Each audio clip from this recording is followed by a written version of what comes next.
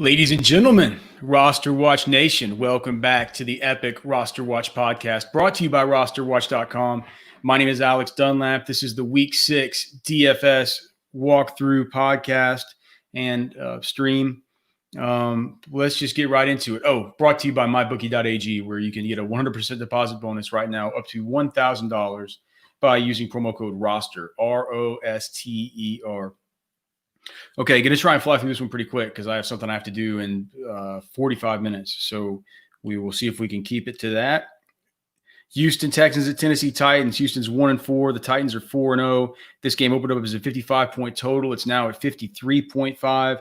We have a 3.5 line in this game. Tennessee minus 3.5 at home. That opened up as Tennessee minus 3. 64% of the bets are on the over here. Only 59% of the money. We have 59% of the tickets on the Tennessee Titans and 61% of the money on the Titans. So the public support is right there with the sharp sentiment in this game. Look, man, this is a game that you're going to probably be interested in targeting. It's going to be one of the more popular games, especially over on the Tennessee side. You just look at what teams have been doing to the Houston Texans this year on the ground and what Derrick Henry has traditionally done to the Texans. It didn't feel like last week his lack of usage and stuff had to do with the fact that maybe they were just kind of taking it easy on him coming off of the COVID stuff and maybe, not wanting to run him right back in. This week we have no Darrington Evans. So maybe we'll see a little bit more McNichols, but I just think, Derrick Henry has a 105.5 yard rushing prop. He's 116 total yard prop. He's minus 265 to score in this. Derrick Henry's going to get in the box. And I honestly think, while I wouldn't play him in cash games just because he doesn't bring much of a pass receiving floor, I think in cash games, I as much as I hate to say it, maybe Alexander Madison's probably a better play, maybe even Mike Davis. In tournaments, it's going to be really good to get you off of playing probably the biggest chalk wide receiver in AJ Brown here in this game. AJ Brown, since we had the weird Tuesday night game, he was not really priced up for the level of game that he had in the Tuesday night game because the prices came out before. So he's like 5,600. Somebody that not gonna look. I'm probably not going to fade him in cash, but in tournaments, I think playing Derrick Henry makes a lot of sense. On the Tennessee side, whenever we look at, let's see. So another big thing that we have to look at for Derrick Henry here is for the Texans defense. Bernard McKinney is now out for the season. They're run stuffing, downhill thumper in the run game. That's big time for Derrick Henry. The Texans are getting Zach Cunningham back healthy. But, the defense as a whole, it changes a little bit without Bernard McKinney in there. And we know that this is a team that's absolutely reeling. We'll see if the Texans can keep things together this week in week 2 of the post-Bill O'Brien life. Jonnu Smith is going to be super popular. Last I looked, it looked like he was probably going to be like 17% owned. I can't believe that one of the things this week is we got Michael Yeager in the chat. What's up, brother? Props on stiff arms by Derrick Henry. Probably a bunch. Jonnu Smith. I just can't believe these tight ends this week. Guys Robert Big Bob Tonyan is like 5,100. Jonnu Smith's 5,200. All these guys are like over 5K. There are a few that I'm interested in at lesser values, but it's like, man, if I'm going to pay up to Jonnu Smith, might I just want to pay up to Mark Andrews? I know it's about 1,000 difference, but it's, just something that I've been thinking about. It's like, is Jonnu Smith really 5,200? I know he's been good. And I know that this is a great matchup. Let me look at the matchup tool and just see what these are. So the Tennessee Titans here get the number 12 matchup for opposing quarterbacks, the number 2 matchup for opposing running backs, the number 14 matchup for opposing wide receivers, the number 13 matchup for opposing tight ends. Now, Adam Humphries is coming back, but the main reason that people like A.J. Brown is just from what he did last week and also no Corey Davis. I will say that if you're one of the cornerback versus wide receiver matchup types, Bradley Roby for the Texans has not been bad this year. He's actually been somebody that you might have done well to generally avoid using players against. So it stands to reason with no Corey Davis that Bradley Roby, they're having him travel. I bet you he travels with AJ Brown. That could open things up for Adam Humphries. It should open things up for Jonnu. Jonnu's been good, man, but 5,200. It just feels like I'm not sure he's on the cheat sheets. You can go to rosterwatch.com. You can find all the cheat sheet stuff, but I think that I think it's perfectly fine to play Ryan Tannehill if you want to. It's just. I don't know if 26% owned AJ Brown, 14% owned Ryan Tannehill, 20% owned Jonnu. It's going to be a very, very, very popular stack. And, the people who are playing that are going to play Derrick Henry in tournaments because they're going to say, well, if Derrick Henry gets 3 touchdowns, all these guys, it's one of these games where Ryan Tannehill throws 18, 22 attempts. None of my guys are getting there. So, you have to pick which side you're on. If you're stacking it and you're looking at the other side and you're looking at the Texans defense, we have Adoree Jackson is still out. Jonathan Joseph has a hamstring, but he has no injury designation coming into this game. Malcolm Butler also with no injury designation coming into this game, but we know that he's banged up with that quad. Just some. Let's just see across so Daquan Jones is questionable, basically right in the middle of that defensive line. And then we have Kenny Vaccaro, who looks like he's going to, so there's no injury tag on him coming into week 6. So they're getting a little bit healthier on the defensive side of the football, but losing Adoree Jackson, that was a big deal to begin with. I'm fine firing up, let's look at the matchup tool. I'm fine firing up Will Fuller. I'm fine firing up Randall Cobb. I'm fine firing up Cooks as much as that guy. I was on Cooks one week, get off him, then he goes bananas the next. This is the number for the Texans. It's the number 13 matchup via the proprietary matchup tool at Roster Watch for opposing quarterbacks, the number 8 matchup for opposing running backs, the number 11 matchup for opposing wide receivers, and the number 8 matchup for opposing tight ends. We did get the word today that Jordan Akins would not be traveling to Nashville for this game. So maybe that's another Darren Fells spot. I'm not sure that I'm going to be buying into it. I think if I'm, I looked at the props earlier and it seemed like the best value might be Randall Cobb. So, and David Johnson, do what you will, man. If you don't think he's dust, Jesus. All right. So there's a lot of you guys in chat. Yeah, so for this, I go game by game, but I'm definitely going to talk about the Indy tight end Suarez. Let's see. Yep. Okay.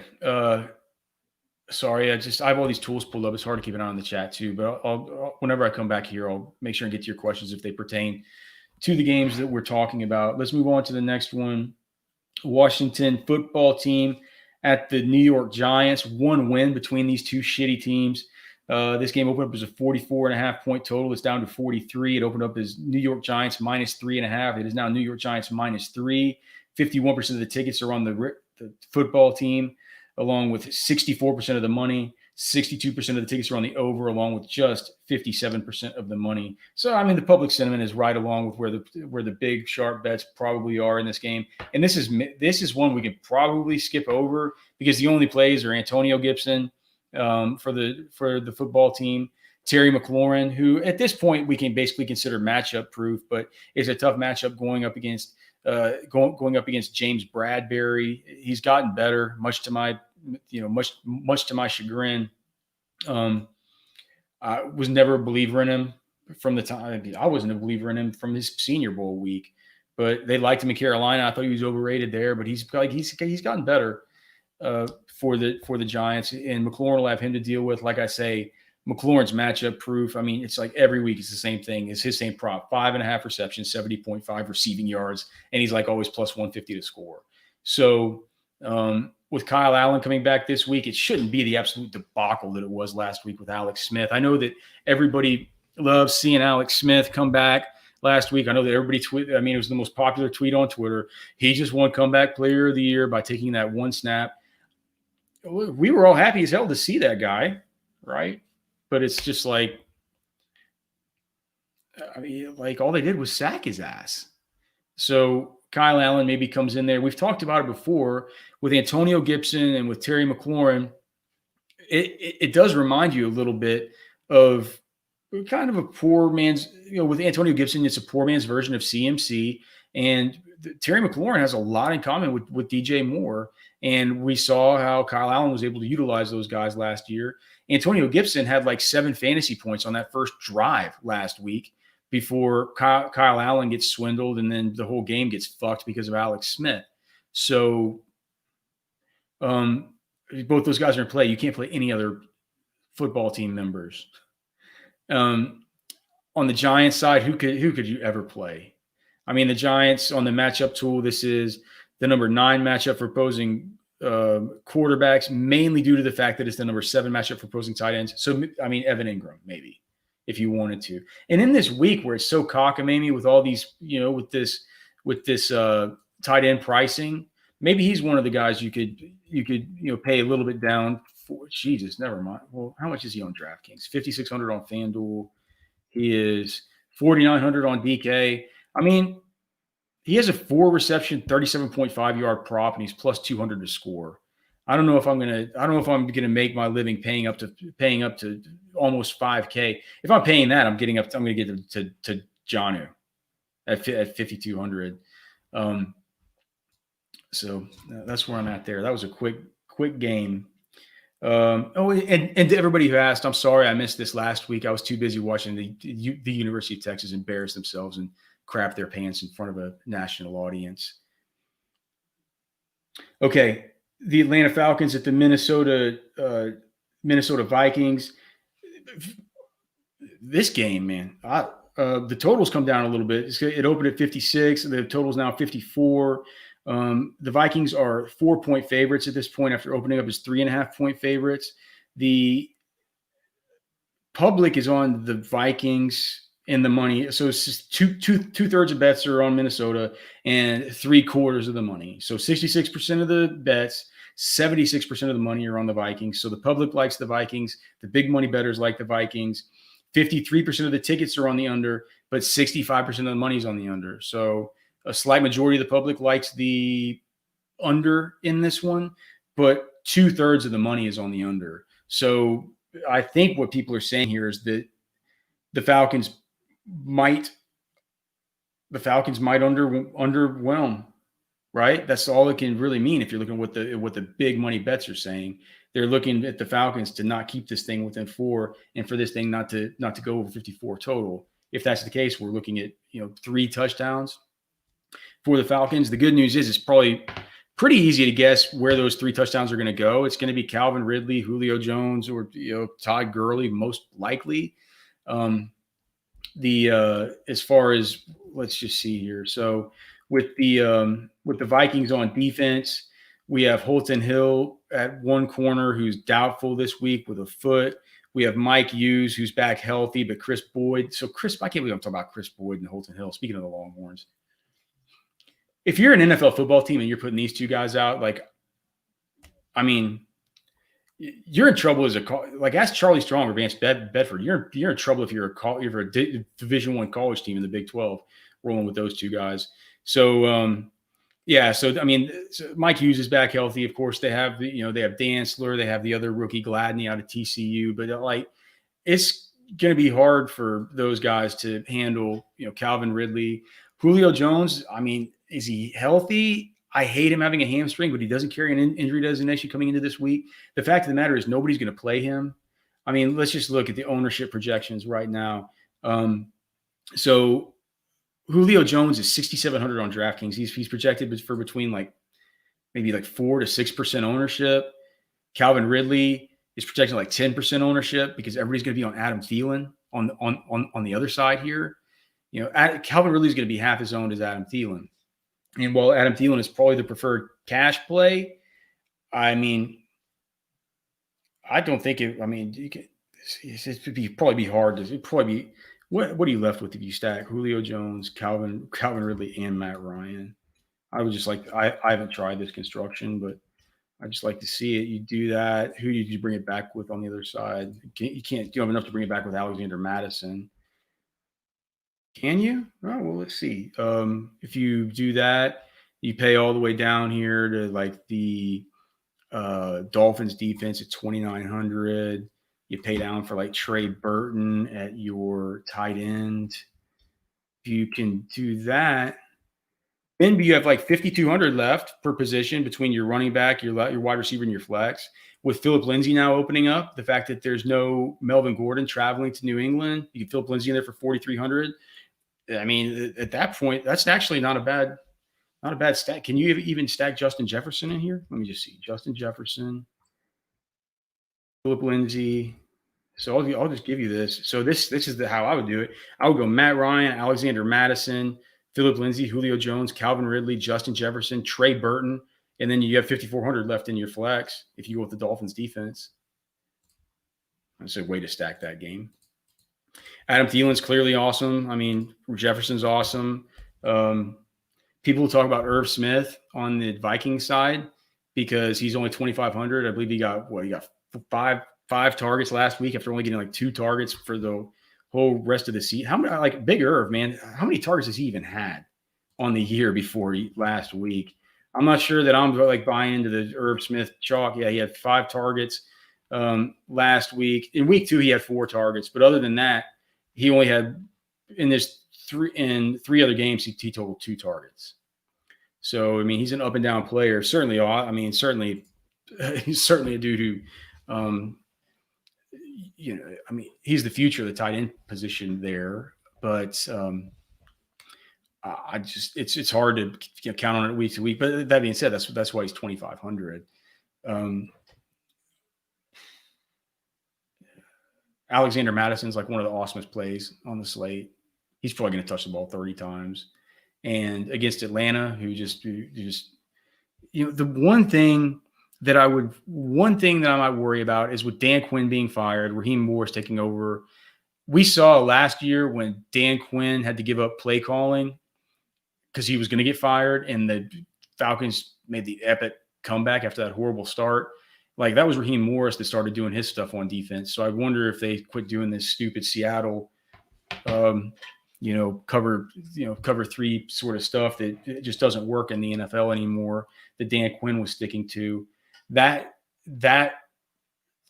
way that they're built with the speed that they have at the linebackers is to keep everything in front of them. Is to fly to the football, crowd to the football, make you beat us by death by 1,000 paper cuts if you're going to beat us, right? We'll concede these dinky little dump offs to the running backs. And we know that Alexander Madison can thrive in that role. He's really awesome. So he's underpriced. They've priced him up, and he's still underpriced. So I mean, that's probably buried the lead there with that one. I mean, Alexander Madison's an awesome play. Chicago at Carolina. The Bears are 4-1. How are the Bears 4-1? The Panthers are 3-2, which is another wild development. This game opened up as a 44 total. It's now up to 44.5. Carolina opened as 3-point favorites. They are now 1-point favorites. 51% of the tickets are on the Bears. 72% of the money here is on the Bears plus the points. That's cool. 60% of the tickets are on the over. Only 47% of the tickets, though, on the over. So people are thinking Bears and maybe under. Maybe a letdown week here for the Panthers. But, man, I tell you what, I look at the Vegas tool, and I just think Mike Davis on PPR sites is really just an awesome play. What was this? It was Mike Davis, 67.5 over under for his rushing total, 5.5 reception prop for his receptions total, a 37.5 receiving yard prop, minus 200 to score. So he's basically, maybe one of the top 4 on the whole slate as far as touchdown odds. And he just, whenever you predict the guy, I mean, if you just look at Mike Davis's game logs, man, it's like we don't look much at game. We don't care about the game logs here, but it means you just look at the game logs, like 8 receptions, 5 receptions, 9 receptions. So even when you start out with 5 receptions, like that's been his floor since he's taken over, for Christian McCaffrey. You start out with a touchdown on these idiots. That, I mean, PPR, that means something, man. So the only thing I would mention is like the games he's played have been. So wait, in week 2, he just came in at some point during the game. So week 3, 4, and 5. So it's 8 targets, 5 targets, 9 targets. And those have been versus easier opponents, the Chargers, the Cardinals, and the Falcons. This is the Bears. Not the same matchup, but it is not the worst. We all know that Eddie Goldman, he opted out of the 2020 season for COVID-19 stuff. But they've recently activated John Jenkins off the IR, and Akeem Hicks is back healthy. So this Chicago Bears defensive front, these guys are all healthy. Khalil Mack, this is the first week that he hasn't been on the injury report. So it's just, they're getting back healthy, and the matchup tool, I had it pulled up, has the Carolina Panthers facing the 20th overall matchup for opposing running backs here. So it's not as good a spot at all. I think he can still get there though. And for Mike Davis and DraftKings, in cash on DraftKings, I'm going to play Mike Davis just because of the receiving floor that he has. And we only have him for a couple more weeks. I say smoke him if you got him. On the Bears side, like it starts with David Montgomery at like 5,800 on DK, and he might even be cheaper on FanDuel. Let me just look here. Let's see, David Montgomery. Yeah, no, all right. So he's 58 on DK. He's only 59 on FanDuel. This is a dude who is, I mean, even counting the time that Tariq Cohen was in there before he got hurt, I mean, he's still playing 2/3 of snaps. Now he's up to, he's out there for every snap. His target share continues to go up, even when you consider the fact that the season-long routes per game has a few games of Tariq Cohen in the sample. He's still one of the top guys as far as his routes per game at 23. He's actually scored under his fantasy expectation on the season. So everything's sort of lining up. I mean, almost 5 targets a game. Everything here is lining up in our number one matchup of the week for David Montgomery. Everybody has done it on Carolina. And David Montgomery's not as good as the rest of these guys, but he's minus 135 to score this week. He's cheap. I'm playing him in cash, and I don't mind playing David Montgomery and Mike Davis in cash, even though they're playing in the same game. I don't know what's happened to Anthony Miller. I mean, it's like they got this dude Darnell Mooney at 3K. You can almost maybe think about playing him if you're punting off one of those spots. Allen Robinson, always fine. I'm trying to think, I mean, DJ Moore, Robbie Anderson. It's a tougher Look, man, this is a tougher matchup for Robbie Anderson. It's like, and I don't trust DJ Moore. I think this is kind of Mike Davis or bust. It's Robbie's the alpha there. It's as weird as that is to say. Just look at, 7.2 receptions for him versus 4.4 receptions per game for DJ Moore. DJ Moore's playing more snaps, but the weighted opportunity is close for one of these guys. It's just the yards per route run, 0.8 higher yards per route run for Robbie Anderson. And he's just scoring. He's scoring. He's scoring 17% above his fantasy expectation, but DJ Moore is scoring almost 10% above his fantasy expectation at this point. Like DJ Moore's overperforming. And he's still, scoring 5 points less per game than Robbie Anderson, who's also overperforming. And whenever these guys overperform, I told you about the schedule, it's like it's a worse game now. So I think I'm off. Of those guys. There are other plays this week that I'll want to get to. Let me check in chat to see what you guys are asking about here. top 6 value. What's up, fellas? Jeez. All right, there's a lot of y'all, man. Kip C, Michael Yeager, thank you guys for all tuning in. James Kinney. Let's see. Okay. I think you look at Hurst versus Julio. No, I didn't mention Hurst. Yeah, I mean you can look at Hurst. I think it's fine. I'm not going to play. There are a couple of cheap guys I'm going to play. And as long as we're taking a little break here, let me tell you guys quickly about my bookie. It's fall and my bookie. That only means one thing. It's winning season. Winning season means doubling your first deposit. Winning season means free bets, super contests, Survivor, and more at my bookie. Winning season is all about your chance to win big. Bet NBA playoffs, NHL playoffs, Major League Baseball, UFC, and then some. The craziest sports fall of your lifetime is here. It's simple. Make your picks, win big, collect your cash. Invest in your intuition. Select from hundreds of future bets, or you can bet games in real time with MyBookie's live betting. Put that big brain of yours to use. Use promo code ROSTER and double your first deposit. New players get up to $1,000 in free play designed to add more excitement to the sports you love and the games you bet. Thousands of cross-sport wagers, props, and parlays await. Sign up now to bet with the best and celebrate your victory. Your winning season begins today only at MyBookie. New customers receive a 100% deposit match.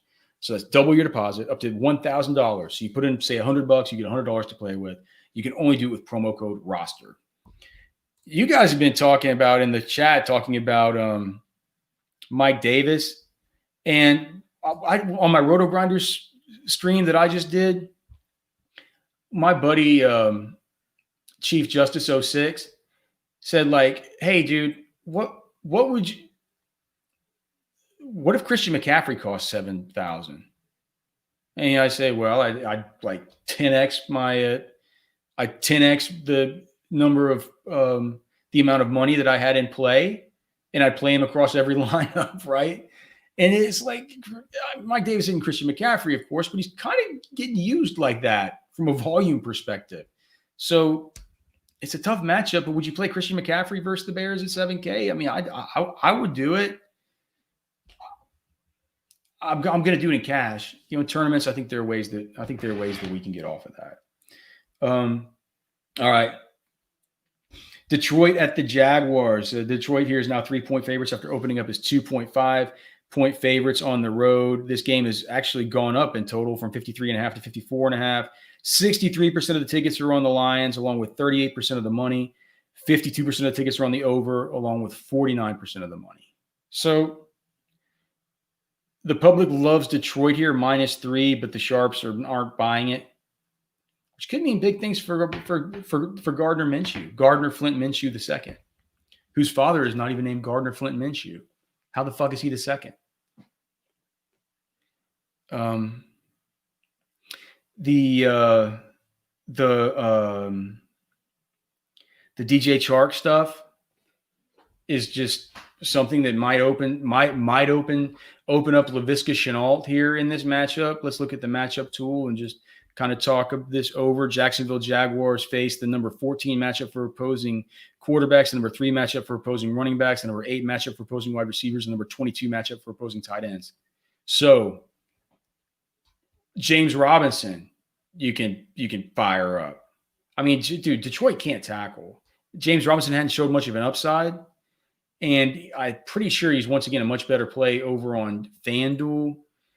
Yeah, just 6,500 over there. He's showing up as our 1, 2, 3, 4th best value on the Vegas tool for FanDuel, wherever just the running back value on FanDuel. Jesus. Somebody was just saying in the chat, the top 9 on FanDuel are, no. How many is that? Oh, the top 1, 2, 3, 4, 5. All the way down to Devontae Freeman. Or the top 9 or 10 values are all running backs, but number 4 is James Robinson. What is the? I mean, we're sure DJ Chark is out, but there was an injury designation for Laviska earlier in the week. I just want to make sure that we don't. So DJ Chark, so we're not sure he's out. He's questionable. It looks like he's still. Looks like that is still up for debate. I'm I've been of the impression that he's not going to go. Laviska Shenault. So Laviska's got no injury at all heading into week 6. So we'll keep our eye on DJ Chark. Tyler Eifert's also questionable in this game. And on the Lions defense, we have these guys getting a little bit healthier. Trey Flowers healthy, Nick Williams no injury designation, Deshaun Hand has no injury designation. I mean, we have Desmond Trufant continues to be out, but they're getting a little bit healthier there on that side. They're still just bad. It's a bad defense, shitty team, shitty coach. I like Gardner Minshew. I like Laviska Shenault. I like James Robinson. I'm not playing. Chris Conley is just the worst football player. There's nothing more tilting than watching a game whenever you have any fantasy action on him, and that should never be the case unless it's a one-game showdown slate. For the Lions, one thing we should talk about this game, and it's the fact that the Jaguars are going to be healthier on defense than they were last week. So Miles Jack won't carry an injury designation into this game. Josh Allen's questionable, but he has a chance to go. He didn't go last week. We have CJ Henderson, who missed last week, he's been better than the other rookie on the other side of this game, Jeffrey Okudah, as far as rookie corner. CJ Henderson still isn't. He's back. And then I already mentioned Miles Jack is fine. So that's like two big players, maybe three. Like if they get back their best linebacker, their best outside corner, and they have a chance to get back their best pass rusher. I mean, everybody's playing Kenny Golladay. I think it's fine, but there's going to be 17-mile-per-hour winds tomorrow. This game is it's one of the worst weather games there is. So I don't know. I think maybe what if it's lower score? What if it's like these sharps think? What if it is like a Jacksonville game? What if it is Jacksonville gets ahead and runs it down their throat with James Robinson or Gardner Minshew? Whenever these guys play so much man and get their back turned to him, I can see Gardner Minshew running off for a couple of 17-yard,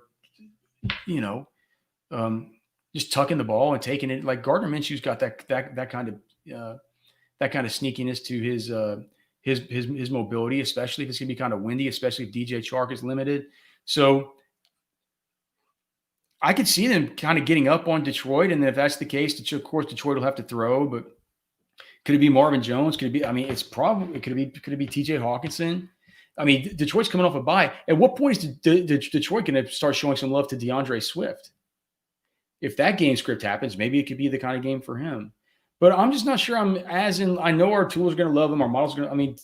Galladay's going to pop in models, but after my live stream today that I did with Cardi and Chief, they kind of talked me a little bit off of Kenny Golladay. And I mean, just look at the Vegas tool, guys. I mean, it's like, let me just see here. Kenny Golladay. Kenny Golladay has a 5 reception, 65.5 yard over under. He has minus 120 to score. But I mean, are we really salivating over that? I mean, it is the number 6 matchup of the week.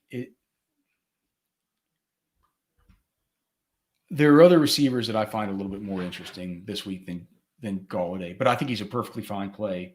Boy, I gotta speed this up. Let's get to Cleveland at Pittsburgh. This game has a 51-point total. The open was a 50-point total.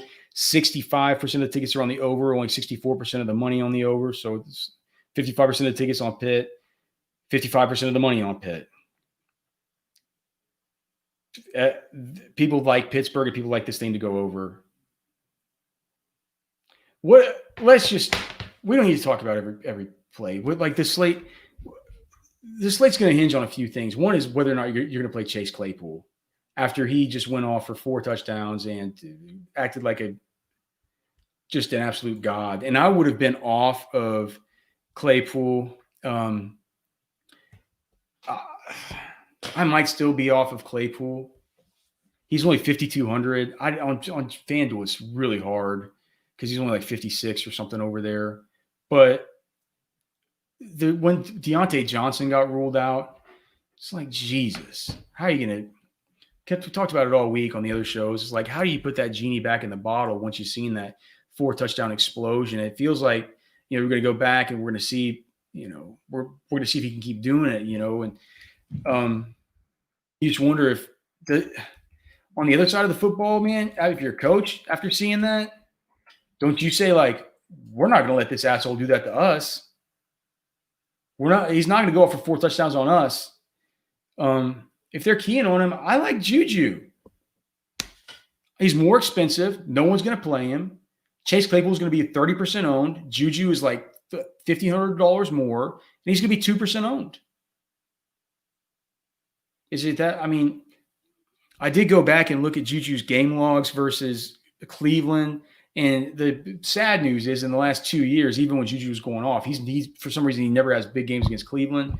But I think it's an excellent spot to get leverage in tournaments to maybe get off of Claypool. I think at cash, Claypool makes for a heck of a play, only because Deontay Johnson's out.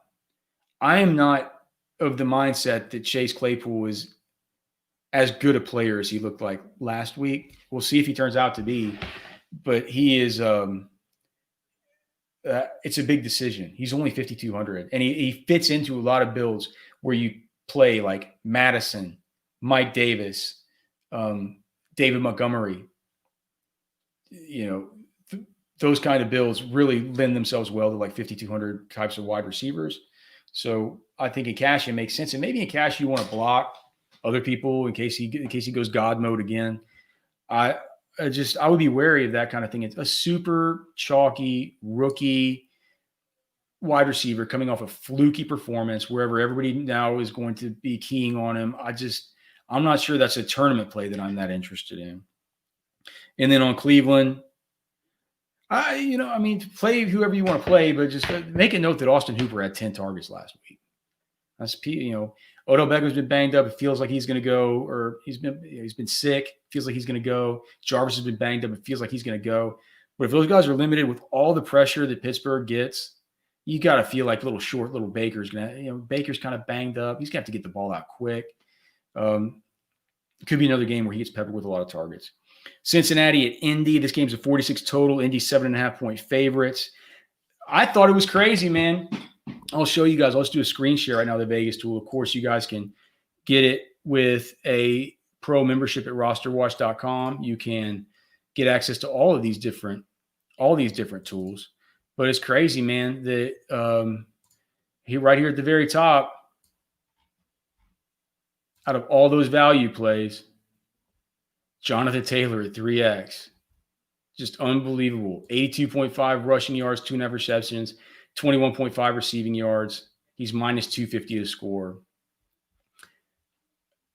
We'll have to wait on Jordan Wilkins. I don't know if he's going to go or not, but that guy has been a creepy little swindly thorn in Jonathan Taylor's side. And the other thorn in Jonathan Taylor's side is he's kind of looked like shit. His vision doesn't look very good right now. His lateral agility and his burst don't look anywhere near as good right now as they did in college. But look, he's coming along. He's the future of the franchise. I'm not going to give up on this elite prospect. It's a great matchup. They should be leading. I think are they home? They're home. It's a home favorite by over a touchdown. They can't swindle him with Jordan. I mean, Jordan Wilkins didn't practice on Thursday or Friday. I mean, what's the chances he plays? You have Jonathan fucking Taylor. It's like, why is Jordan Wilkins even in there anyway? So I'll play Jonathan Taylor in tournaments. I think he'll be less than 10% owned because people think he looks like shit. And the truth is he hasn't really looked great. The other play here in this game for sure on the Indy side is Trey Burton at 3,100. He's averaging 5.5 targets over the last 2 games. No Mo Alley Cox in this game. It's clear, man, that it's beyond clear that from what we were hearing from preseason training camp, that Trey Burton was going to be a really key integral part of this offense. I mean, it's like Mo Alley Cox was going off like the next Tony Gonzalez, and all they do is they're peppering Trey Burton. So I've never been a huge Trey Burton fan, but I mean, he's 3,100. I wouldn't play him on FanDuel just because there's the tight end dynamic over on FanDuel is just different this week than it is on DraftKings where everybody's priced up. But I really like that. On DK if you're deciding to pay down. I would much rather pay him than Irv Smith. How much is he compared to Austin Hooper? Because Austin Hooper's not on our cheat sheets. I don't know if that. Don't know if it really. I mean, I hate to manually go. I hate to play God with the model, but I'd like to add Hooper on there. How much is Hooper? Do we have a prop on Hooper? We don't. We have pricing on Hooper. Hooper's 3,900. So he's in like 39. I think those two, Burton, Hooper. I like both those guys better than Irv Smith. Now Irv Smith's, 600 cheaper and 1,400 cheaper, but I mean, you're still paying pretty far down at 3,900. And then, I mean, of course, with the Ravens, you can play Lamar. Lamar's got a 49.5 yard rushing prop. He fucked everybody last week. No one's going to be on him. Is there one guy who could go nuclear and just, when everybody's messing around and they're playing these guys that can't do anything with their legs, like Stafford and Matt Ryan and stuff like that? What if Lamar Jackson just goes off for a Lamar game where he runs in 2 and throws 2?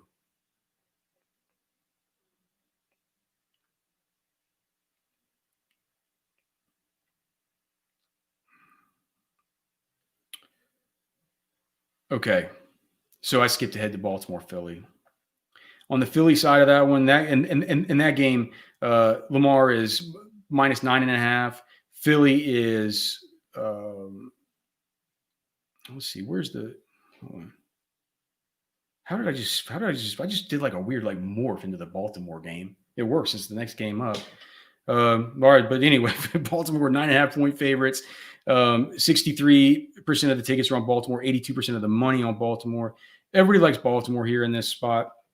One thing we talked about Lamar just now. I can't play any of these running backs. I could play Marquise Brown. I could play Mark Andrews.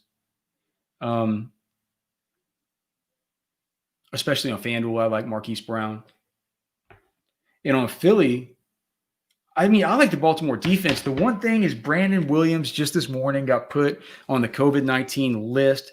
They're still traveling to Philly, though. Everything's fine with that. I would keep an eye on him, but no Brandon Williams. That could open things up a little bit for Miles Sanders.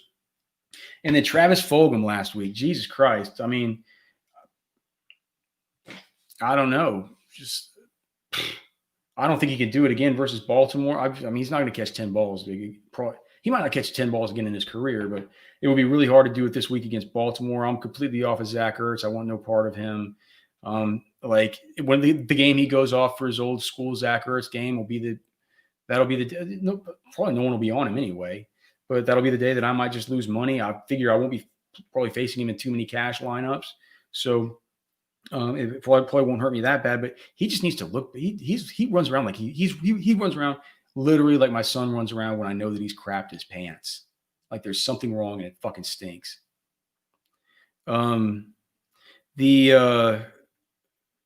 But the Miles Sanders deal's fine. I think Fulgham's probably fine. Fulgham, I mean, if you're that into Chase Claypool, you should probably be into Fulgham. Okay. Now let's now morph into the let's just morph into the Denver at New England game. This game is a 45-point total with New England as 9-point favorites. 71% of the tickets are on New England, but only 18% of the money is on New England. We don't even know if Drew Lock's going to play here for the Denver Broncos. What we know for sure is Melvin Gordon won't play, which does open up Philip Lindsey to, I believe, 4,300. I don't feel like I need the savings. I went through a little exercise earlier about, getting off of, say, Mike Davis, David Montgomery, and Alexander Madison, and like a Terry McLaurin type of wide receiver to get up to a Devontae Adams wide receiver with a Mike Davis, David Montgomery, Philip Lindsey running back core. And I decided that I don't want to do that. I don't want to do that. So I'm not sure that Philip Lindsey is going to be in my cash game consideration. I think in tournaments, it would certainly give your lineup a different look, than a lot of other people, because I think though it's just it's value that's opening up late in the week is something that people, when they're reading this stuff that's been written all week by different DFS sites and analysts and stuff, hasn't been really brought up as much of a discussion. It's not a great matchup. I mean, they're 10-point underdogs on the road. Quarterback situation's up in the air. Royce Freeman still lurks. So it'll probably be under 10% ownership. And let's not forget that Philip Lindsey, to start the preseason, we had Ben Albright on here. He was saying, like, look, Philip Lindsey's like, he's going to be a 50-50 guy with Melvin Gordon. He's really impressed the coaches. So I don't know. Play Philip Lindsey if you want to. And then on the certainly play Cam if you want. And you could pair him with the Bird, man. Caw. He's only 3,500, Damiere Byrd, on DraftKings. He's got a 3.5 reception prop. He's actually showing up as the number 10, the 10th best value on DraftKings out of the 77 props I was able to pull for our pro members for the Roster Watch Vegas tool. All right. Back to this. All right, we're the afternoon games. It's good. I got it. I'm already 3 minutes late for another obligation here. Jets at Dolphins. 0-5 Jets against the 2-3 Dolphins. Adam Gase revenge. 47 total here. The Dolphins are almost 10-point favorites. 56% of the tickets are on the under, along with 65% of the money is on the under. What are the plays? On the Jets side, there are no plays. Jamison Crowder. But are you really going to play Are you really? I mean, you'd probably play him as a one-off. He's starting to get expensive, man. He's been good, though. Where does Jamison Crowder rank right now? It's in fantasy. Let's see. I just want to. So players. I don't really have this. Believe it or not, I don't really have this stuff pulled up. So in PPR, Jamison Crowder. In per game, Jamison Crowder's wide receiver 2 in per game output. Travis Fulgham, wide receiver 3. So just like everybody just like everybody projected to start the season, is wild, man. You wouldn't have thought that I would be saying that here on this podcast. Do you know another thing that I didn't know about till recently? I would have never told you about. It's the Fantasy Life app. Guys, one of the smartest things you can do is download the Fantasy Life app. It's a free app. We use them for all their news alerts and for their community. The Fantasy Life app sends breaking news alerts faster than anyone else. They monitor thousands of reporters so you don't have to, and send important news as soon as it breaks. You never miss a relevant injury, trade, or other update. The Fantasy Life app also has in-depth reports and on-demand advice from a massive community. Download the Fantasy Life app on iOS or Android at fantasylifeapp.com, or just go to the App Store. I'm telling you guys, like, I have a Fantasy Life app right here on my phone. We're doing a lot of work with them. It really is an incredible piece of, like, I have the alert set to where I get the NFL breaking news and also the NFL minor news, and it's been a massive help. So and it's free. So if you don't like it, you can just erase it. Miami, Myles Gaskin's a great play. Devontae Parker's a great play. Ryan Fitz is probably a good play, even though we probably need to be on Tua watch at this point. If they get way ahead, who knows if they don't put in Tua. But Myles Gaskin, especially if Jordan Howard's inactive again. Another guy, it's like, I just don't think people are going to play him, but he's showing up on the Vegas tool. Another dude, he's showing up as the second best value. I mean, he has an 82 total yard over under. Here's something with here's something from the Fantasy Life app. The Jaguars are placing practice squad offensive lineman Casey McDermott on their reserve COVID-19 list. The team who worked remotely today because of it. So there's something to keep in mind there with those guys. A bunch of these extra COVID-19 list things happening. We'll keep our fingers crossed that these are look, we always knew it was going to happen, but keep our fingers crossed that nothing gets too out of hand. Okay. The final game before I get out of here, let you guys get about your business. This is a good one. Oh, an epic one. This will be the one that Troy Aikman gets for sure. Green Bay Packers at Tampa Bay Bucks. 55-point total in this game that opened up at 52. Tampa Bay opened up as 3-point favorites, but now it is Green Bay -1. 69% of the tickets are on the over. 93% of the money is on the over. 68% of the tickets are on Green Bay. 76% of the money is on Green Bay. The sharps like Green Bay, and they really love the over, and I really love it because this is one that I'm looking into. It's expensive to stack, kind of like that stack we talked over earlier with the Atlanta-Minnesota one. Let me just do another like mock kind of stack like that. It's going to be expensive. I'm not sure you can make this happen. But what if you do a Tom Brady, Tom Brady, Mike Evans, Chris Godwin, stack. You get Aaron Jones on the other side. So you pay all the way down at defense. You get to Miami playing the Jets. Pay all the way down to some kind of Austin Hooper or something like that at tight end. I mean, look, man, you're left with one running back, one wide receiver, and one flex at an average of like 5,300 per position. That's workable this week. I mean, you get David Montgomery in, you pay down for one of these wide receivers. Maybe you can, decide that you're interested in, Travis Fulgham. We talked about, like, no one's going to be on that dude after he had 10 targets. Randall Cobb, no one's going to be on him. He has one of the better props. I mean, he's averaging 5.5 targets per game over the last 2 in a great matchup this week. So, that's doable. Oh, shit. I'm going to make a note to maybe make a lineup like that for that kind of script. But, Devontae Adams here in this spot. I mean, he has the highest receptions prop on the whole board. Aaron Rod, this is 2 Hall of Fame. This could be an awesome game, man. They're only giving us 2 afternoon games. One's a real piece of shit. But with this one, like, all I'll say is, I'm interested in playing all the dudes in this one, except maybe Ronald Jones. But give me Brady, give me Mike Evans, give me Chris Godwin, give me Aaron Rodgers, give me Devontae Adams, give me maybe a little bit of Big Bob Tonyan, and give me probably the best tournament play on this slate, because Vita Vea for the Tampa Bay Buccaneers is out this week. He was the real linchpin of that group. I think they're still going to be good at stopping the run. But in this sort of scoring environment, doesn't it feel like these 2 guys, these are some petty sons of bitches. These are some competitive sons of bitches. They're going to want to put it on each other. It's going to be a great scoring environment. And that is exactly why when you look at Alexander Madison at 30%,